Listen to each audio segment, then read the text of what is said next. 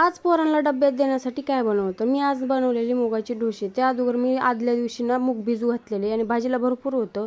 आदल्या दिवशीची पनीरची भाजी चपाती उरलेली, पण मी म्हणलं ते वायाला ताजं करत बसले तर ते शिळं वायाला जाईन. त्यामुळे ना मी शॉर्टकटमध्ये ना मुगाची ढोशी बनवली. एकदम झटपट रेसिपी बरं काही. मी ना मूग बारीक केले, त्याच्यामध्ये हिरवी मिरची, अद्रक, लसूण, जिरे, मीठ टाकलं, बारीक करून घेतलं.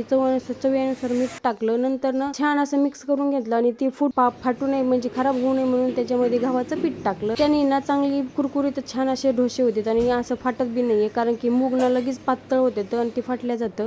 डोसा बरोबर येत नव्हतं. मग परत मी गव्हाचं पीठ टाकलं, छान असे पोरांना मुगाचे ढोसे बनवून दिले. नंतर ना भरपूर ढोसे बनवले, 5-6-7 ढोसे बनवले. सगळ्यांना 2-2 ढोसे दिले. पोरांना खूप आवडले, अगोदरच खात बसलेले ते.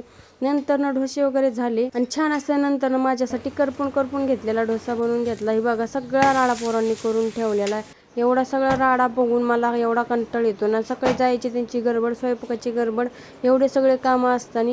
आणि सकाळची भाजी, पनीरची भाजी, भात टाकून घेतलेला. नंतर ना भरपूर भाजी होती रात्रीची. नंतर ना भात टाकून घेतला, स्वयंपाक करून घेतला, चपात्या करून घेतल्या, सगळी कामं झाली आणि आरामशीर जेवायला बसले. नंतर मग जेवणाच्या अगोदर देवपूजा वगैरे करून घेतली. असला पाऊस आलेला सकाळी इकडे भरपूर पाऊस आलेला. नंतर ना जेवणाची सोय केली, जेवण करून घेतलं आणि नंतर ना आराम केला. बाय.